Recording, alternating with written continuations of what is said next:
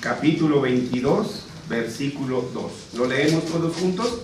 Dice así: en medio de la calle de la ciudad y a un lado del camino estaba el árbol de la vida, que produce 12 frutos, dando cada mes su fruto, y las hojas del árbol eran para la sanidad de las naciones. Amén. Vamos a orar. Nuestro buen Dios, nuestro Rey y nuestro Padre, te damos gracias, como siempre, porque nos concedes el inmerecido privilegio de estar en la comunión de los santos, escuchando tu palabra y hablando por tu Espíritu Santo a nuestros corazones. Concédenos, Señor, prestanza para oír tu voz. Concédenos también, por la iluminación de tu Espíritu Santo, tener el claro entendimiento de lo que es tu voluntad. Y no solamente ello, Señor, que seamos movidos desde las fibras de nuestras entrañas a no tener otro deseo que el de hacer tu voluntad, según tu palabra proclamada.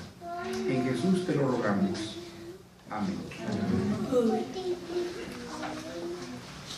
Hoy es el primer domingo de Adviento.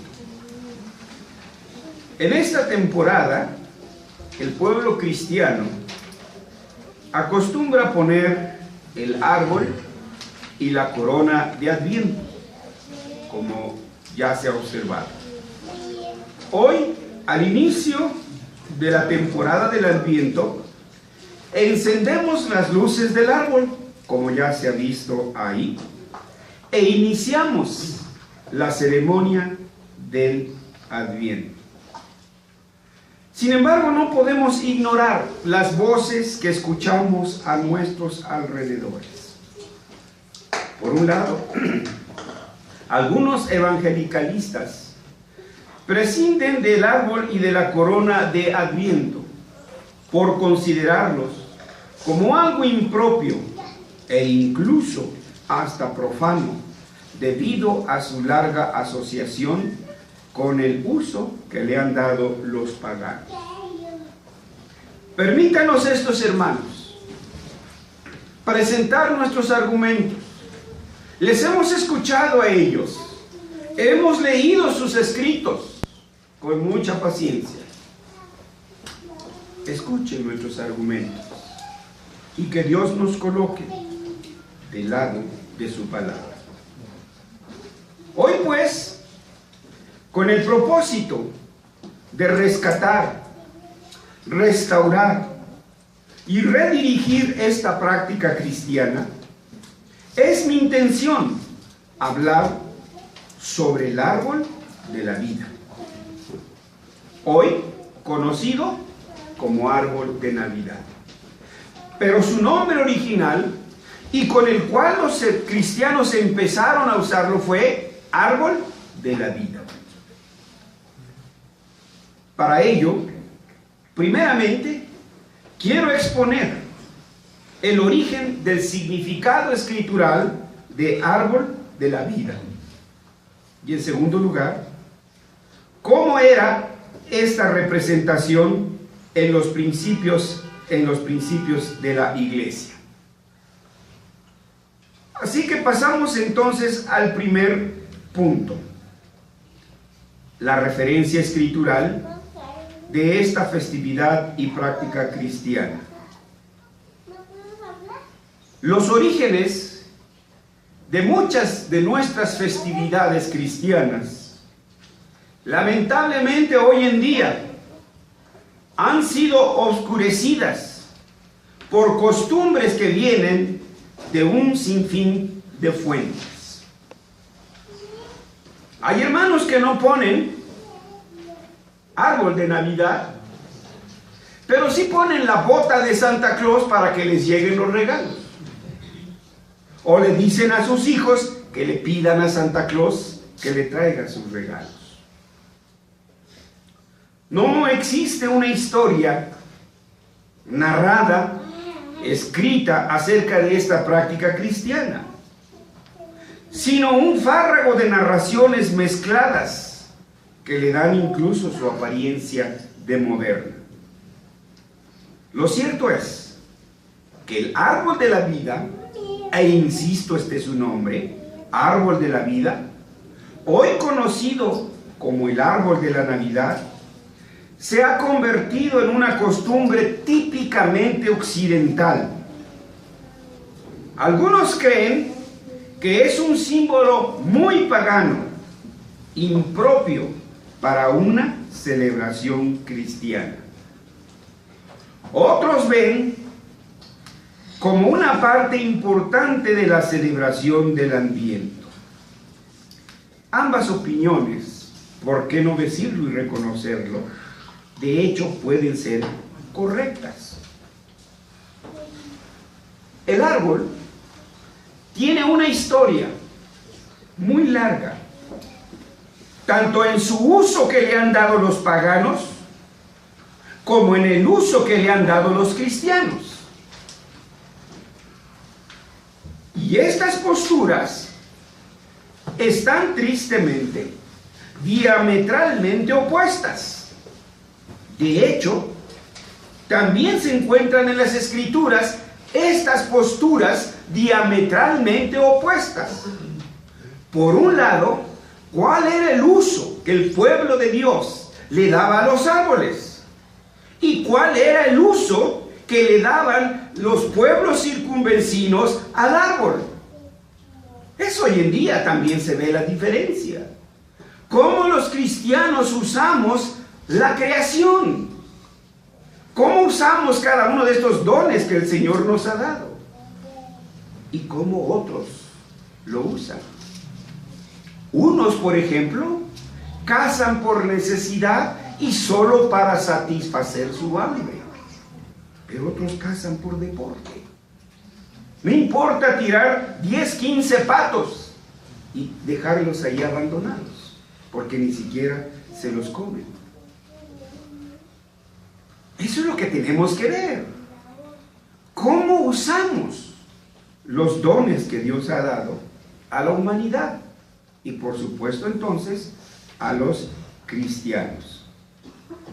Por principio de cuentas, recuérdese que Dios representó las bendiciones y las maldiciones de su pacto por medio de dos árboles. Viajemos hacia el paraíso, hacia el origen mismo de la creación. Ahí Dios plantó dos árboles. Un árbol fue llamado el árbol de la vida y estaba en medio del jardín del Edén. Este árbol, en efecto, era una señal del pacto que Dios estaba otorgando a Adán y Eva. Cuando Dios hace un pacto y se compromete, da señales, presenta sus arras para que recordemos que sus promesas son firmes. A Noé le dio una señal: no volveré a arrasar a la humanidad con agua, con diluvio. Y puso el arco iris como señal del pacto. Abraham le prometió bendición para sus descendientes y los descendientes de sus descendientes. Sal, ve las estrellas. A ese hombre estéril, ya en la senectud, le dice: vas a tener un hijo y tu descendencia será como las estrellas, si las puedes contar. ¿Quién de nosotros iba a creer eso? Y entonces el Señor le da una señal de ese pacto: la circuncisión. Porque no es el hombre el que engendra, es Dios quien da la vida. Y eso es lo que quería dejar claro el Señor, que Dios es el Señor de la vida. También en el Edén había otro árbol. Ese árbol fue conocido como el árbol del conocimiento del bien y del mal. Dios le había dicho a Adán y a Eva: de todo lo que hay aquí puedes comer, de todo de aquí, lo que hay aquí tú puedes disponer, menos de este árbol. Era una señal de obediencia, de amor filial a nuestro Padre. Era una expresión de decir: Dios, te amo, y por eso nunca tocaré ese árbol. Para entender un poco el significado del árbol del conocimiento del bien y del mal, debemos recordar que Dios le dio la vida a Adán y Eva y les dio el árbol de vida como un regalo de su gracia. Y su comprensión de lo bueno y de lo malo podría venir de una de estas dos fuentes, o del árbol de la vida de Dios. Ellos podrían aprender en la fe de su Dios y Creador, o podrían desobedecer y buscar el conocimiento no de Dios, sino del árbol prohibido. Satanás presentó el pecado de desobediencia como una opción clara, como una alternativa de librarse del yugo divino. La tentación para Eva fue hacer el papel de Dios y elevarse ella misma al nivel de Dios. Y ella podía hacer sus propias decisiones sin tomar en cuenta a Dios. Yo soy dueña de mi vientre y yo decido si tengo o no a mi hijo. Eso es jugar al papel de Dios. Su quimera, la de Eva, fue que ella misma podía determinar lo que es correcto, que ella misma podía definir qué es lo malo. ¡Qué arrogancia del hombre! El definir qué es pecado y qué no es pecado. Este era el verdadero y vehemente deseo que había detrás de su opción. Seréis como Dios, sabiendo el bien y el mal. Génesis 3:5.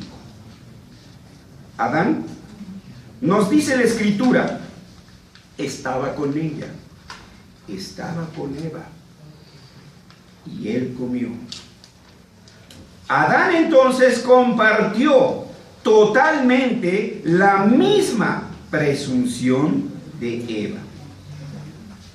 La realidad de todo esto es que nuestros primeros padres buscaron el conocimiento del bien y del mal, no de la palabra de Dios, sino de la palabra de Satanás.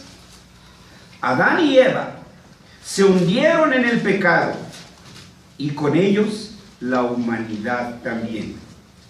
El resultado fue que Dios los excluyó del árbol de la vida, y esto como un acto de gracia. Porque ciertamente el árbol de la vida no habría revertido los efectos de la depravación, el hecho de haber comido del árbol prohibido. Pero la gracia de Dios los libró de esto y además les prometió un Salvador. Génesis 3:15. Anunciando la simiente de mujer y la simiente de la serpiente. La simiente de la mujer que mataría en la cabeza a la simiente de la serpiente. Y Pablo, más adelante, identifica esa simiente y dice: y la simiente era Cristo. Desde ahí ya está anunciado el Evangelio. Desde ahí ya está anunciado la venida del Mesías, el que restauraría todo lo que Adán y Eva habían trastocado. Ese es el origen del árbol. El árbol de la vida. En segundo término, tenemos que comprender la asociación que existe de los árboles con la vida, esta asociación ha continuado a través de la historia y particularmente del pueblo de Israel. En el Antiguo Testamento hay una referencia que se repite: los árboles frondosos. Lo vamos a leer varias veces. Pero también abusemos la vista. Habla de los árboles frondosos y sus altares. Pero, ¿dónde dice? En la cultura pagana. Son ellos quienes usaban los árboles como altares para ofrendar a sus dioses, no el pueblo del Señor. Eso debe quedar claro. Pero, naturalmente, que el pueblo del Señor no canta mal las rancheras. Porque aunque esta era una costumbre pagana, no pasó tiempo en que el pueblo hebreo se corrompió con estas costumbres. ¿Qué es lo que pasa con nuestros jóvenes? Visten como los conductores de Taravisión, de Taravisa o de Tarasteca, da lo mismo, o de Cadena 3, ¿sí? Se ponen camisa rosa, se ponen pantalón de mezclilla, unisex. No, un momento, Dios hizo hombres o mujeres y punto, no hizo unisex, ¿sí? ¿Y qué les puedo decir, puedo yo describir? Pero son ellos los que toman la iniciativa y nuestros jóvenes los que los imitan. Esta mención de los árboles frondosos se ha interpretado de diferentes maneras. Algunos piensan, por lo menos, que se refiere a las estatuas de sus dioses colocadas bajo los árboles frondosos. Muchos pueblos han rendido culto al árbol como el símbolo natural de la vida. Asiria es un ejemplo de ello. A menudo colocaban sus altares en el campo con la creencia de que podían confinar a sus dioses en esos lugares, y le tributaban culto que muchas veces caía en vulgaridades. Incluso se llegó a la prostitución como una forma de adoración. Lean con cuidado las escrituras, ¿verdad? Y van a ver que hay incluso bochornosamente ejemplos de esto en el mismo pueblo de Israel. Los hijos de Eli, dice los libros de Samuel, que se acostaban con las mujeres que servían en el altar. ¡Qué vergüenza! Que los hijos de Dios, que debemos de ser ejemplo para las naciones, seamos burdos imitadores de estas costumbres paganas. Hoy, por supuesto, nuestros jóvenes, nuestras señoritas, no imitan, ¿sí?, a Moloch, no invitan a esos, pero invitan. Es que no me sé los nombres de los artistas, como los odio. Ese que tú dijiste, pero lo pronunciaste mal porque tú no sabes inglés, es Justin Babas, así se pronuncia, ¿sí? Tenemos otro ejemplo de cómo el hombre se proyecta en la creación y manifiesta sus sueños de grandeza. ¿Por qué? Para ver un ejemplo contemporáneo, no pensamos en Superman. Es un anhelo del hombre, ¿sí? Y todas esas caricaturas de Dragon Ball Z y etcétera, y etcétera. El pájaro loco. ¿Quién? El pájaro loco. El pájaro loco. Bueno, el sueño de Nabucodonosor. Yo sé que ya llegaron a esa página. El sueño de Nabucodonosor está registrado en Daniel capítulo 4. Él se identifica con un árbol en su sueño. Él era un árbol que estaba en el centro de la tierra, casi nada chiquito. él soñó que ese árbol que era él llegó hasta el cielo y que desde ahí podía ver todos los confines del mundo.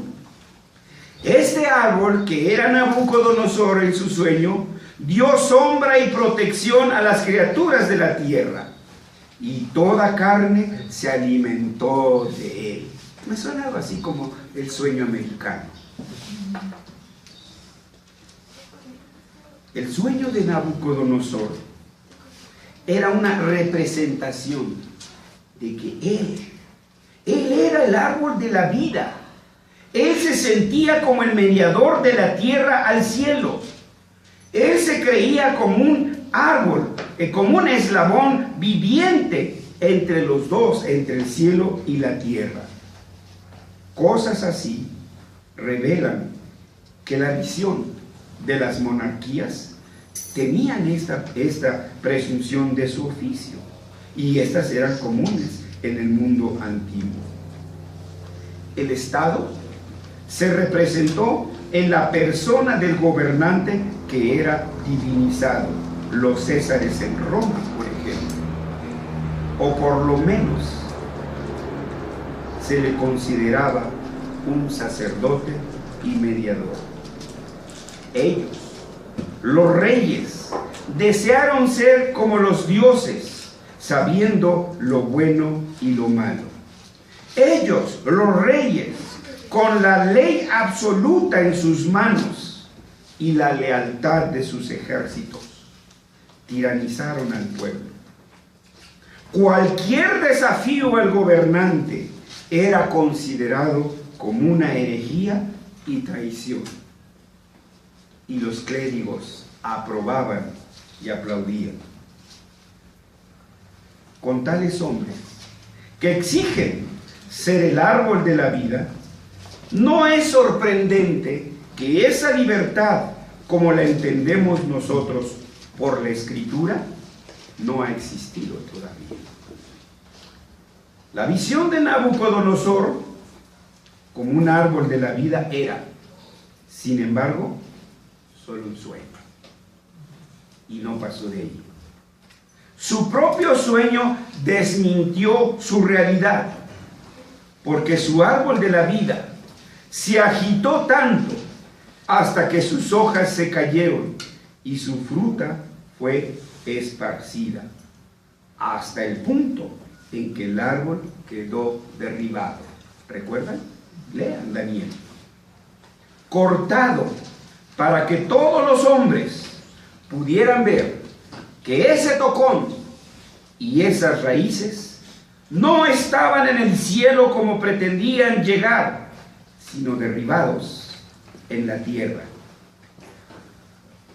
El sueño de Nabucodonosor fue destruido y él fue humillado, para que todos supieran que los más altos gobernantes en el reino de hombres son solo eso, simplemente hombres. Tarde o temprano les llegará a esos gobernantes injustos, porque Dios no puede ser burlado. Es su promesa, ¿sí? No os engañéis. Dios no puede ser burlado, porque todo lo que el hombre segare, eso es, o lo que él sembrare, eso también cosechará. Veamos aquí, hermanos, lo que la Escritura nos está enseñando acerca del árbol de la vida. La Escritura nos está aconsejando evitar toda la asociación de árboles con el simbolismo religioso. Lamentablemente, hoy en día, también se ha perdido el verdadero significado del árbol, porque ha sido oscurecido con un sinnúmero de simbolismos. La imagen del árbol de la vida era originalmente una representación del don de Dios, una señal de su pacto de gracia con Adán y Eva. Nosotros también nos imaginamos, nos identificamos con la imagen del árbol de vida en los libros de Proverbios. Ahí está hablando también Proverbios de los árboles. ¿Cómo vemos nosotros el árbol? Muy distinto de cómo lo ven nosotros. Por ejemplo, Proverbios 3:18. ¿Alguien nos ayuda de este lado? Y de este otro lado, Proverbios 11:30. Proverbios 3:18. ¿Quién lo lee, por favor? Ella es árbol de vida a los que de ella echan mano, y bienaventurados son los que la detienen. Otra. Proverbios 3:18. Hablando de la obediencia. Perdón, es que no lo oí, hermano, otra vez. Ella es árbol de vida Ajá, a los que un de momentito. ella echan mano. Ella es árbol. ¿De qué está hablando atrás? La sabiduría. La sabiduría. El árbol lo identifica con la sabiduría. Ahora, Proverbios 11:30. El fruto del justo es árbol de vida. El fruto del justo es árbol de vida. Cuando tú te ves delante de Dios como siervo fiel y obediente, cuando tú te ves delante de Dios como custodio de tu prójimo y ves en tu prójimo la oportunidad de servirle,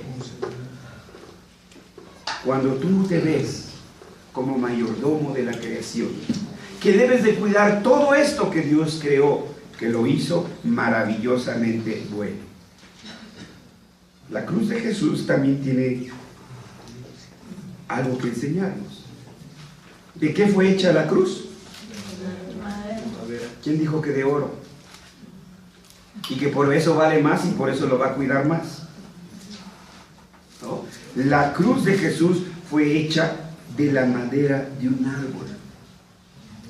La cruz de Jesús representó ambos árboles. Por un lado, el árbol seco, inútil.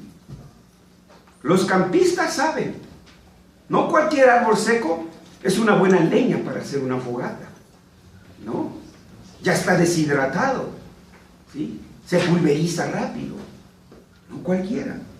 Entonces, por un lado, esa cruz nos recuerda o nos lleva a ver ese árbol seco, derribado y sin fruto. Y por el otro, el árbol de la vida a través de Cristo. El renuevo, ¿recuerdan? En cierto sentido, Cristo Él es nuestro árbol del conocimiento de lo bueno y lo malo. Pablo dice en otra parte de sus cartas que Él es ¿qué? Nuestra sabiduría. Apocalipsis, según le hemos leído, nos muestra el lugar del árbol de vida en distintos lugares. Por una parte, lo coloca en el centro del paraíso. Pero ¿cuál es ese paraíso? Apocalipsis 2:7, ¿alguien lo puede leer? Apocalipsis 2:7. El que tiene oído, oiga lo que el Espíritu dice a las iglesias. Al que venciere le daré a comer del árbol de la vida, el cual está en medio del paraíso de Dios. Entonces lo coloca el árbol de la vida en medio del paraíso. Al que venciere le daré del árbol de la vida. Es una promesa. Y entonces el árbol nos recuerda esa segunda venida de Jesús, su parusia, y que entonces nos dará ese árbol de vida en su plenitud. También habla de este paraíso como la nueva Jerusalén, el árbol que está en medio de la calle o una comunidad para curación de las naciones. Capítulo 22, versículo 2, según leímos. ¿Alguien lo puede leer? En medio de la calle de la ciudad y a uno y otro lado del río estaba el árbol de la vida que produce 12 frutos, dando cada mes su fruto, y las hojas del árbol eran para sanidad de las naciones. Muy bien, es para sanidad. Pero, si leemos un versículo a 3, ¿sí? un versículo atrás, dice, el árbol se alimentó por el agua de vida que procedía del trono de Dios y de, versículo 1, y de su Cordero, nuestro Señor Jesucristo. Hacia allá apunta el árbol. El árbol de Dios, el árbol de la vida, era un símbolo de la verdadera vida, una señal de su salvación por la gracia, y que Él no se rindió a las usurpaciones del diablo ni de las naciones paganas. Ahora vamos al segundo punto, la representación cristiana del árbol de la vida. No olvidemos que nuestro Señor le dijo a su pueblo: no he venido a abrogar la ley, sino a cumplirla. Y Él vino a enseñarles al pueblo, a interpretarles las Escrituras. ¿Cómo entonces el pueblo cristiano asimiló estas enseñanzas? En la época de la iglesia patrística, conscientemente se usó el árbol para representar la vida. Aunque por supuesto, en aquel entonces no se usaba el árbol como adorno, como hoy lo tenemos aquí. Sin embargo, sí, el pueblo del Señor usaba el árbol como una referencia hacia el árbol de la vida, y lo manifestó a través de distintas expresiones artísticas de la época. Un ejemplo, a los que no les gusta ir al antro, pero les gusta visitar museos, pinacotecas y eso. Yo sé que a ustedes les gusta mucho, ¿verdad? Sí, ya sé. Se los tienen que dejar de tarea, ¿verdad? Los pintores de esa época representaban la vida inmortal o simplemente la vida como el árbol de la abundancia de Dios. En los cuadros de esa época, los árboles eran a menudo asociados con el buen pastor, o en las representaciones de la resurrección de Lázaro, incluso a veces con el árbol que salía de la tumba de Lázaro. Sí, hay un cuadro por ahí, no recuerdo el autor. Está la cueva, la piedra rodada, saliendo Lázaro, cuando el Señor le dice: Lázaro, sal de ahí. Y al fondo, en lo oscuro de la cueva, está dibujado un árbol de la vida. Entonces, vean ustedes que sí mantenían esa idea de que era el árbol de la vida. Era parte de su testimonio, era parte de su confesión.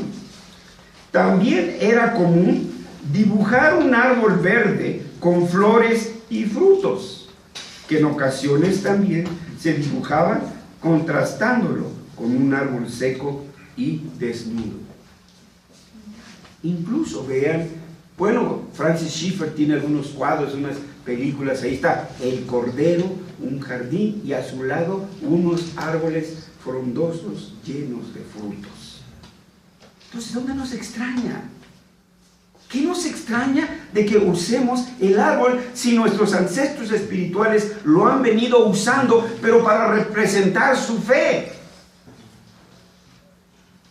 En la Edad Media damos un salto, hermanos, porque si me voy día por día, algunos ya tienen prisa por salir, ¿verdad? Tienen una cita después de aquí. En la Edad Media, el árbol fue usado para representar el paraíso de Edén. Se presentaba la caída contrastándola con la promesa del Mesías, y se preparaba algún tiempo antes del acontecimiento de la Navidad, y desde ese momento hasta la Nochebuena se leían historias de Belén. El árbol así venía a representar el regalo de vida por parte de Dios. Durante la época de la Reforma, al principio se rechazó el árbol, porque pensaban que era típico de la iglesia papista. Y acuérdense, era mucho pedir en ese momento. Estaban terriblemente enojados. Durante la época de la Reforma, toda festividad fue arrumbada. Poco a poco después, los reformados fueron recuperando las tradiciones cristianas que estaban en concordancia con la Escritura. Y tal es el caso del árbol de la vida, hoy conocido como árbol de Navidad, y la corona de Adviento. Así como la inclusión en el calendario litúrgico, la celebración y la Nochebuena. Así que, para la Edad Media, el calendario litúrgico ya estaba completo, como el que acabamos de hablar hace unas 2 o 3 semanas, no recuerdo.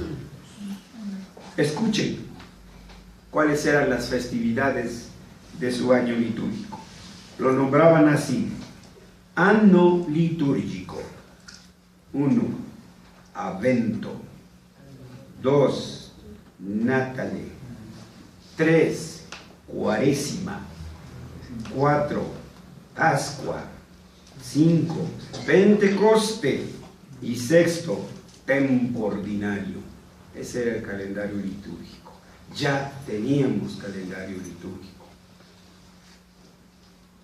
Lamentablemente, el hombre en su pecado ha usado esta representación de la vida, es decir, el árbol, el cual es un regalo de Dios. Tristemente lo ha usado de una manera distorsionada y corrompida. Ciertamente, la apariencia del árbol en la Nueva Jerusalén, como símbolo del árbol de la vida, todavía permanece aceptable a Dios, aunque el uso del árbol sea secularizado, y el significado esencial de este todavía es una señal de la vida eterna, otorgada a los hijos por la persona y obra redentora de Jesucristo. Qué perverso es el hombre.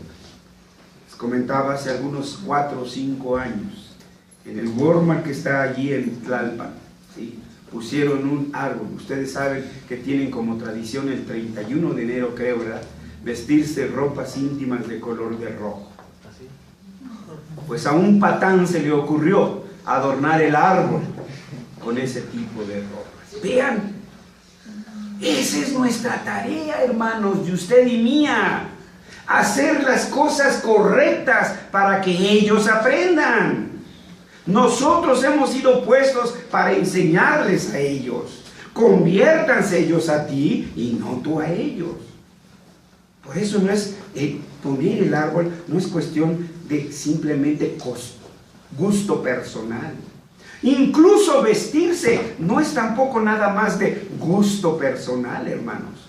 Toda nuestra vida es testimonio, toda nuestra vida es confesión de fe. No hay una pulgada cuadrada, decía Kuyper, en la cual Cristo no diga: esto es mío, hermanos. Somos esclavos de Jesucristo, no esclavos de estos patanes para imitarlos a ellos y hacer lo que ellos hacen. El árbol de la vida, el que hoy conocemos como el árbol de la Navidad, se decoraba para representar el don de la gracia de Dios. En sus inicios se usaron frutas para decorar el árbol. Y de esta manera se quería representar que las bendiciones básicas del hombre son cubiertas por la gracia de Dios. Yo sé que la manzana que me voy a comer no es solo el fruto de mi cheque, es tu graciosa misericordia. Después, el árbol fue adornado con velas y frutas naturales. No había Santa Clauses, no había gnomos.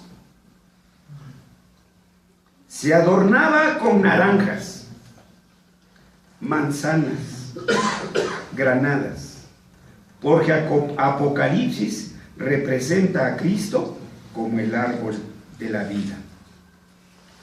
Se cuidaba de que las frutas fueran de las 4 estaciones: frutas del invierno, del verano, del otoño y del invierno. Eso hacían, hermanos. Hoy las cambiamos por esferas de vidrio, por lo que se nos ocurre. De veras, a veces nada más lo que se nos ocurre, ¿sí? Ya mero le colgamos el molcajete ahí, porque a alguien se le ocurrió. Sí, es por pura ocurrencia, hermanos. No, cuidado, ¿sí? Por todo ello, puede decirse que el significado, bueno, la verdad tengo que aclarar, nunca he visto que alguien le cuelgue un molcajete, además se vendría para abajo, ¿verdad? Exagero, hermanos. Se llama hiperbolización, para dejar marcada la enseñanza, hermanos. ¿Sí? Por todo ello, puede decirse que el significado de la Navidad era visto como el principio de la destrucción del pecado. La Navidad así era entonces una temporada de alegría, y la estrella o el ángel que se colocaba hasta encima del árbol era para representar la naturaleza milagrosa del nuevo árbol de Dios, el cual es el árbol de la vida, Jesucristo y su cruz. Concluyendo, tenemos que aclarar: los cristianos no copiaron el uso del árbol de las costumbres paganas, sino de los testimonios de la Escritura. Ese es el origen. Por eso se le llamó el árbol de la vida. No se llamaba árbol de Navidad. Vida que fue posible solo por la obra redentora de Cristo. Por eso el árbol se colocaba en el periodo del Adviento, cuando éste comenzaba. Por lo tanto, mis amados hermanos, tomemos nota. 1. Dios representó las bendiciones y las maldiciones de su pacto por medio de 2 árboles: el árbol de la vida y el árbol de la ciencia del mal. Nosotros, en el árbol de la vida, estamos conscientes de que nuestra tarea es rescatar, restaurar y redirigir. Por eso ponemos árboles, para restaurar una costumbre ya pervertida, para restaurar eso que han pervertido los hombres apóstatas y redirigir. Esa es nuestra tarea. Por tanto, el árbol no debe rechazarse como un símbolo de origen pagano. Ellos, los paganos, lo han distorsionado, porque Dios no lo rechaza así en la Escritura. Rechaza las costumbres de su pueblo de la manera como están usando los árboles. El árbol tiene un eslabón muy directo con el mensaje de la salvación providencial de Dios. Somos nosotros los que debemos evitar el uso exagerado del simbolismo, atiborrando el árbol de no sé cuántas figuras. Para los cristianos fue, es y deberá seguir siendo el uso del árbol de la vida como una parte de la celebración del Adviento. El problema de la celebración moderna de la Navidad no es su asociación íntima con el árbol de la vida, sino su separación cada vez más abismal del nuevo árbol de la vida, el Cristo encarnado. Segundo, tomemos nota, hermanos. Dios en Cristo regenera a sus elegidos y los restaura para servir a Él. No a Pancho Nopales ni a San Juan de las Esquinas. Usted no tiene que quedar bien con ellos, tiene que quedar bien con Dios. Nosotros debemos conformar nuestro pensamiento, nuestra vida, nuestro actuar, nuestra diversión, todo en consonancia con su servicio a Él. Si nosotros nos retiramos, si nosotros dejamos en manos de los apóstatas todo lo que ha hecho Dios y abandonamos todo lo que hay aquí en la creación en manos de estos perversos, ¿qué harán de la creación, hermanos? ¿Qué harán? Es nuestra tarea entonces enseñarles cómo hacer las cosas. En lugar de desechar el árbol de la Navidad por su asociación con el paganismo y el uso secularizado del modernismo, nosotros, los cristianos, estamos llamados a darle testimonio al mundo y enseñarle cómo usar los dones que Dios graciosamente ha concedido a la humanidad. Ahora pues, la tarea de la iglesia, de usted y mía, es rescatar la Navidad de la versión secularizada hacia su verdadero propósito.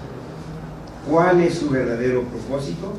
La celebración del cumplimiento de la promesa divina, la celebración del nacimiento de Cristo y la gloriosa esperanza de la segunda venida del Señor.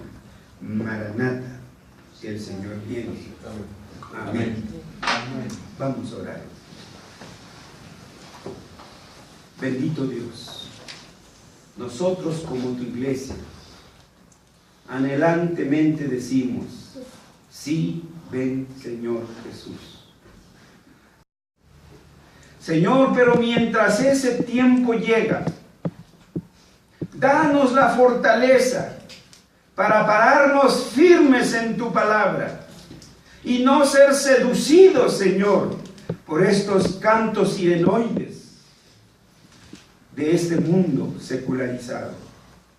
Danos la entereza para usar las cosas que tú has puesto en este mundo de la manera como quieres que se usen.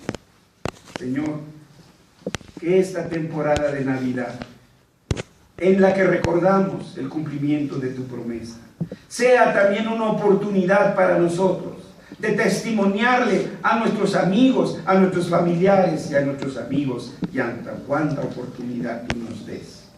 Enséñanos a celebrar la Navidad como tu palabra lo dice.